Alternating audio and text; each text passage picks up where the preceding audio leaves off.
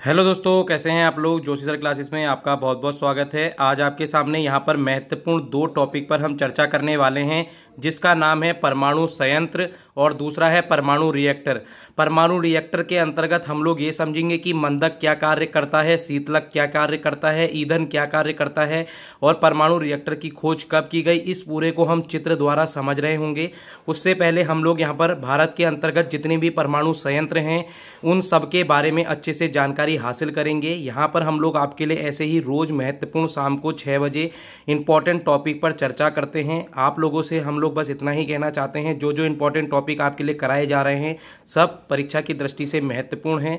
यहाँ पर यदि हम आपसे बात करेंगे कि आप लोग हमारे चैनल को यहाँ पर लाइक नहीं करते हैं, देखो हम लोग यहाँ पर इतनी महत्वपूर्ण यहाँ पर आपके लिए चीज़ें लाते हैं, इतना कार्य कर रहे हैं, तो आप लोगों को सिर्फ एक चीज़ करना है, हमारे चैनल से जुड़ना है। हमारे Telegram group Joshi sir classes Devbhoomi में 28 तारीख को आप लोगों के लिए एक महत्वपूर्ण पेपर होने वाला है, जो हिंदी मीडियम के छात्रों के लिए इम्पोर्टेंट रहेगा। यहाँ पर अब स्टार्ट करते हैं जो आज हमारा टॉपिक है। यदि हम आपसे बात करें तो क्या चीज़ें हम लोग करने वाले हैं, इसके अंतर्गत भारत के प्रमुख संयंत्र की कुछ सूची है, जिसके अंतर्गत 7 परमाणु संयंत्र हैं।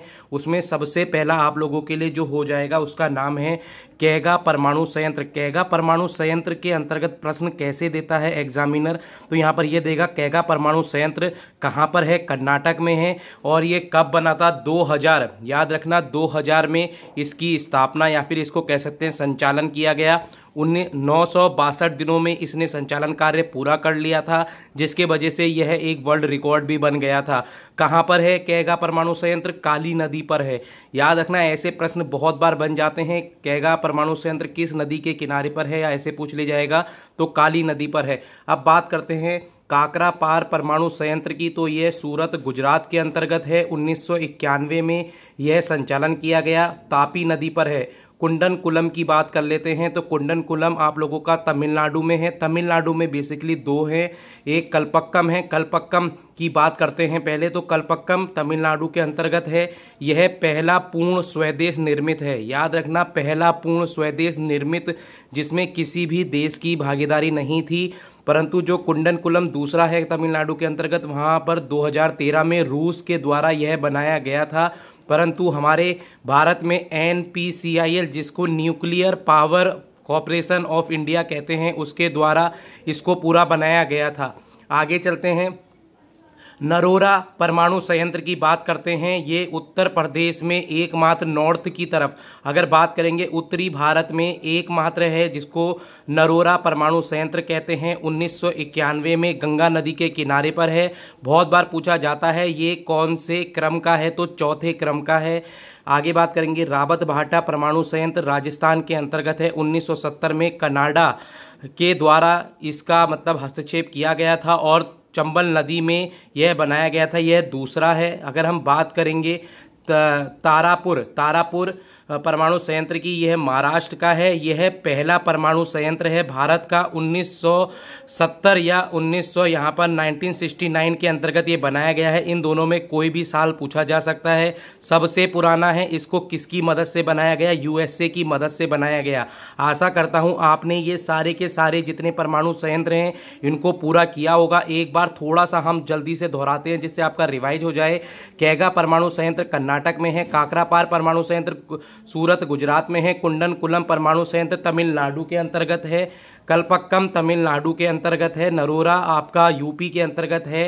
रावत भाटा राजस्थान और तारापुर आप लोगों का महाराष्ट्र के अंतर्गत स्थित है। आशा करता हूं आपने ये सब पढ़ लिया होगा। अब हम दूसरा टॉपिक आज का इम्पोर्टेंट जो है परमाणु रिएक्टर, इस पर हम चित्र द्वारा अच्छे से समझ रहे होंगे। आप लोग हमारे साथ बने रहिए। यदि आपको हमारे द्वारा पढ़ाया हुआ अच्छा लग रहा है तो हमारे चैनल को सब्सक्राइब जरूर करें, लाइक जरूर करें और हमारे टेलीग्राम ग्रुप से जरूर जुड़ें। जो हमारा दूसरा टॉपिक है उसका नाम है नाभिकीय रिएक्टर होता क्या है, इसके प्रमुख भाग क्या होते हैं, प्रक्रिया क्या होती है, पूरे शीतलक जो शीतलक है मंदक का उपयोग क्या होता है, परावर्तक के बारे में बताएंगे। कुछ नाभिकीय संयंत्र के बारे में मैं इससे पहले बता चुका हूं, इन सब के बारे में इस वीडियो में हम जानकारी हासिल कर रहे थे। यहां पर अब हमारा दूसरा टॉपिक है नाभिकीय रिएक्टर। सबसे पहला प्रश्न नाभिकीय रिएक्टर से एग्जामिनर यही पूछते हैं कि नाभिकीय रिएक्टर में होता क्या है, इसको क्यों जरूरत पड़ी। तो आपको मैं बता देना चाहता हूं, नाभिकीय ऊर्जा से विद्युत ऊर्जा में इसको चेंज किया जाता है, यानी हम लोग विद्युत ऊर्जा के लिए इसका प्रयोग करते हैं। कैसे करते हैं इस पूरे चित्र द्वारा इसको समझा देते हैं। देखो यहाँ पर सबसे पहले आप लोग इसको देख रहे होंगे, ये है क्रोड और इधर साइड को आप लोगों का रेडियो एक्टिव पदार्थ। यहाँ पर रेडियो एक्टिव पदार्थ ईंधन के रूप में किसको चुना जाएगा ये भी अभी मैं सब आगे बताने वाला हूँ। ईंधन के रूप में यूरेनियम 235 को या फिर आपका यहाँ पर किसको प्लूटोनियम को चुना जाता है। यहाँ पर हम बात करेंगे यूरेनियम 235 की, तो 235 यूरेनियम में क्या करेंगे, न्यूट्रॉन की बौछार की जाएगी। न्यूट्रॉन सिर्फ कितना होगा, एक न्यूट्रॉन की बौछार की जाएगी और वो भी मंद गति से की जाएगी, जिसके कारण यहाँ पर क्या होगा, यूरेनियम दो भागों में टूट रहा होगा। देखो मंद गति से जब बौछार की तो यहाँ पर कैसे टूटेगा, ये दो अलग अलग तत्व यहाँ पर देखेंगे, बेरिलियम और क्रिप्टॉन के साथ टूटेगा और 3 न्यूट्रॉन प्लस यहाँ पर ऊर्जा बहुत सारी निकल जाती है। यह ऊर्जा आपका क्या कहते हैं ऊपर जाती है, परंतु कभी कभार क्या होता है, यहाँ पर थोड़ा सा बता देना चाहता हूँ, इसमें नियंत्रक छड़ें भी लगी हुई हैं। नियंत्रक छड़ें क्या करती हैं, जब यहाँ पर आप लोगों के इतने कितने बन रहे हैं, 3 न्यूट्रॉन बनते हैं। देखो टूटने के बाद जब 3 न्यूट्रॉन बन रहे हैं, 3 न्यूट्रॉन, तो ये तीनों न्यूट्रॉनों में से सिर्फ एक न्यूट्रॉन को क्या करती है, जाने देती है और 2 को अवशोषित कर लेती है। कौन करेगी, कैडमियम की होती हैं। याद रखना नियंत्रक छड़ें कैडमियम की होती हैं और ये 2 न्यूट्रॉन को क्या करेंगी, नियंत्रित करती हैं या फिर अवशोषित कर लेती हैं। मोस्ट इंपॉर्टेंट है, कभी कभी कैडमियम की होती हैं, कभी कभी ग्रेफाइट। देखो मेन चीज क्या है, आप लोगों का कैडमियम इंपॉर्टेंट हो जाएगा। अगर मैं आपसे यहाँ बात करूंगा इसमें परावर्तक क्या है, देखो इसके अंतर्गत अगर मैं आपसे बात करूंगा इसमें परावर्तक जो सतह है वो कौन सी होगी, तो इसमें परावर्तक सतह आपके लिए ये इंपॉर्टेंट हो जाती है जो यहाँ से इलेक्ट्रॉन कहीं भागे नहीं, सिर्फ यहाँ पर वो अवशोषित कर लिए जाएं, इसलिए परावर्तक सतह लगाई जाती है। ये बेरिलियम की होती है। अगर मैं बात करूँगा इसमें और क्या होता है, जो इसमें ऊष्मा निकलती है वो ऊष्मा यहाँ से होते हुए बिल्कुल ऊपर की तरफ जाएगी। फिर यहाँ पर शीतलक, अब यहाँ पर शीतलक होंगे मैं आगे बताऊंगा शीतलक कौन कौन से हैं। शीतलक द्वारा उसको क्या किया जाएगा, यहाँ पर आप लोगों को पता होगा CO2 और जल, इससे इसको यहाँ पर ठंडा किया जाता है जो ऊर्जा है। फिर धीरे धीरे करके इस चीज़ को आप लोग देख रहे होंगे, ऊष्मा परिवर्तक के द्वारा यहाँ पर इसको दोबारा से परिवर्तित कर दिया जाएगा। फिर दोबारा से यहाँ पर जो ऊष्मा आएगी इसको यहाँ पर ग्रहण करके यहाँ से ऊष्मा निकलती है और टरबाइन द्वारा, टरबाइन से उसकी मोटर चलती है, फिर उससे ऊर्जा आपकी निकल जाती है। यही पूरा प्रक्रम होता है। आशा करता हूँ आप समझे होंगे। यहाँ पर आप लोग क्या लगाते हैं, यहाँ पर आप लोग मंदक लगाते हैं। मंदक कौन कौन से होते हैं, ग्रेफाइट हो सकते हैं और D2O जिसको हम कहते हैं, यहाँ पर क्या कहते हैं, ये इंपॉर्टेंट हो जाएगा आप लोगों का, भारी जल के नाम से जाना जाता है।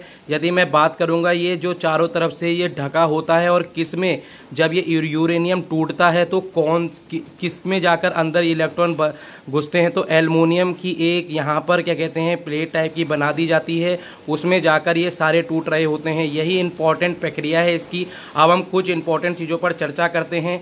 यहाँ पर अगर हम कहेंगे नाभिकीय रिएक्टर की खोज ऑटो हन और फ्रिट्ज स्ट्रॉसमैन के द्वारा की गई 1939 के अंतर्गत। ये बहुत बार पूछा गया है, ऑटो हन के द्वारा की गई है, प्रश्न ऑटो हन से ही आता है। फ्रिट्ज स्ट्रॉसमैन के द्वारा भी इसको किया गया था। इस खोज किसने की है, परमाणु रिएक्टर की। इस चीज़ को आप लोग देख लेना, महत्वपूर्ण है। यदि मैं आप लोगों से कहूँगा इसमें ईंधन कौन से यूज किए गए, यूरेनियम 92 और यहाँ पर यूरेनियम 235 है और प्लूटोनियम आपका 239 का यूज किया जाता है। ठीक है, आगे चलते हैं। कुछ कुछ चीज़ें इंपॉर्टेंट हैं, इसको भी मैं थोड़ा सा आगे बताऊंगा। पहले यहाँ पर हम कुछ इंपॉर्टेंट चीज़ों पर चर्चा करते हैं। देखो परिरक्षक क्या होता है इसके अंतर्गत, जो यहाँ पर आप लोग देख रहे हैं, इसके लिए पहले 2 मीटर की, कितने 2 मीटर की कंक्रीट की दीवार बनाई जाती है, जिससे कभी कुछ विस्फोट या कुछ भी चीज़ हो जिसके कारण बाहर के जितने भी यहाँ पर जो काम कर्मचारी हैं यहाँ से जो गैस लीक ना हो, इसके लिए बहुत मोटी परत की दीवार बनाई जाती है, तो वो परिरक्षक का कार्य करती है। नाभिक के विखंडन में 235 नाभिक किस कण की बौछार की जाती है, मैंने अभी बताया था, न्यूट्रॉनों की बौछार की जाती है। नियंत्रक क्षण किसकी होती है, कैडमियम की होती है। ठीक है, कैडमियम नहीं तो वहाँ पर कभी कभी ग्रेफाइट दिया जाएगा तो आप ग्रेफाइट लगा सकते हैं। 2 मंदक, यहाँ पर 2 मंदक की बात करेंगे तो भारी जल और ग्रेफाइट हो जाएगा। शीतलक की बात करेंगे तो आप लोगों का सोडियम यहाँ पर गैस की बात करेंगे तो आप लोगों की कार्बन डाइऑक्साइड और जल यहाँ पर शीतलक का कार्य करते हैं। ये तीनों इंपॉर्टेंट हैं। नाभिकीय रिएक्टर में नियंत्रित श्रृंखला अभिक्रिया होती है। कैसे होती है मैंने आपको बताया, नियंत्रक कैडमियम क्षण द्वारा 3 जो आप लोगों के यहाँ पर न्यूट्रॉन बने थे उनमें से 2 को यह नियंत्रित करती है और 1 को ही जाने देती है। इससे आगे प्रक्रिया ऐसी चलती रहती है, फिर दोबारा 3 बनेंगे, 2 को यह अवशोषित कर लेगी, इसलिए यह नियंत्रित हो जाती है। आगे बात करते हैं नाभिकीय बम के अंदर क्या होता है और नियंत्रित होती है, क्योंकि वहाँ पर कोई भी कैडमियम की नहीं होती, इसलिए बहुत बड़े विस्फोट में जैसे मैं बात करूँगा कि 3 बनेंगे, 3 से फिर 3 बनेंगे, इस 3 से फिर 3 बनेंगे, ऐसे करके एक लंबी सी चैन बन जाती है परमाणु बम के अंदर। यही इसका रीजन है। ठीक है, अब हम बात करते हैं इसके बाद क्या होता है। जब यहाँ पर मंद गति से बौछार की जाती है तो 2 भागों में टूटता है। तो 2 भाग कौन कौन से हैं इसमें देखेंगे। एक बैरियम होता है, एक लैंथेनम होता है। देखो बैरियम क्या होता है, नाभिकीय भारी समूह, बहुत बार पूछा जाएगा नाभिकीय भारी समूह कौन कौन से होंगे, तो बैरियम होंगे और लैंथेनम होंगे। नाभिकीय हल्के समूह कौन होंगे, क्रिप्टन और कौन है, मोलिडेनम होंगे। याद रखना ये ऐसे करके ये इंपॉर्टेंट हो जाते हैं। जो छोटी छोटी चीज़ें हैं ये चीज़ें आपके लिए इंपॉर्टेंट होती हैं। सबसे लास्ट में इस पूरी रिएक्शन क्या होती है मैं आपको दिखा देता हूं। 92 यूरेनियम 235 को हम जब यहां पर न्यूट्रॉन से जब हम बौछार कराते हैं तो किसमें टूट जाएगा, 92 236 बदल जाता है। बाद में ये किसमें टूटता है, बेरिलियम 56 139 या इसको 141 भी कह देते हैं, और क्रिप्टॉन 36, यहाँ पर क्रिप्टॉन आपका 92 भी कह देते हैं कभी कभार। ठीक है, मैं आपको बता दे रहा हूँ ये कभी कभी 141 भी होता है, तो इसलिए ज़्यादा बच्चे इसमें ये ना करें। तो और यहाँ पर क्रिप्टॉन में ये 92 भी हो सकता है, क्रिप्टन 94। ठीक है, अगर मैं आपसे बात करूँगा यहाँ पर कितने न्यूट्रॉन निकलते हैं तो 3 न्यूट्रॉन निकलते हैं। ये जो ऊर्जा है आप लोगों को मैंने बताया था टरबाइन द्वारा विद्युत ऊर्जा में बदल दी जाती है। यही पूरा प्रक्रम नाभिकीय रिएक्टर के अंतर्गत होता है। छोटी सी इस वीडियो में हम लोगों ने आपके सामने आज जो इंपॉर्टेंट चीज़ों पर चर्चा की उसको मैं थोड़ा सा बताने की कोशिश करूंगा। आज हमने नाभिकीय संयंत्र के बारे में पढ़ा, हमने यहाँ पर नाभिकीय रिएक्टर के बारे में पढ़ा, शीतलक के बारे में पढ़ा, मंदक के बारे में पढ़ा, इसकी खोज किसने की थी और इसके अंतर्गत कितने इंपॉर्टेंट नाभिकीय हल्के समूह थे, भारी समूह थे, क्रोड क्या होता है, नियंत्रक छड़ें क्या होती हैं, इन सब पर हमने जानकारी हासिल की। देखो ये छोटी वीडियो में यदि आपको लगा हो कि हमने आपके लिए कुछ बेनिफिट कार्य किया है तभी आप हमारे चैनल को लाइक करें, सब्सक्राइब करें। छोटी इस वीडियो से आप लोगों को यह सीखने को मिलता है कि परीक्षा में आपके लिए प्रश्न कैसे बन रहे हैं। देखो छोटा टॉपिक जरूर लगता है परंतु यहाँ से एक प्रश्न भी अगर कोई भी घुमाकर दे देगा, अगर आपने नहीं पढ़ कर गए होंगे तो वहाँ क्वेश्चन गलत हो जाते हैं और यही छोटे क्वेश्चन आपके माइनस मार्किंग करके आपको परीक्षा से बाहर कर देते हैं। मिलते हैं हम किसी दूसरे टॉपिक पर। अगर आपको वीडियो अच्छी लगी हो मैं फिर बोलूँगा हमारे टेलीग्राम ग्रुप से जुड़ें, हमारे इस चैनल से जुड़ें। ये छोटा सा परिवार जोशी सर क्लासेस देवभूमि आप लोगों के लिए है। आप लोगों से मैं बस इतना कहना चाहता हूं कि टेलीग्राम में 28 तारीख को आप लोगों के लिए हिंदी मीडियम माध्यम से उत्तराखंड वन दरोगा का यहाँ पर मॉक टेस्ट लेने जा रहे हैं। इस पूरे जितना भी रिजल्ट निकलेगा 28 तारीख की रात में 9 बजे आप लोगों को यहाँ पर साझा किया जाएगा। आप लोग सभी हमारे साथ जुड़ें। Thank you, tata, good bye.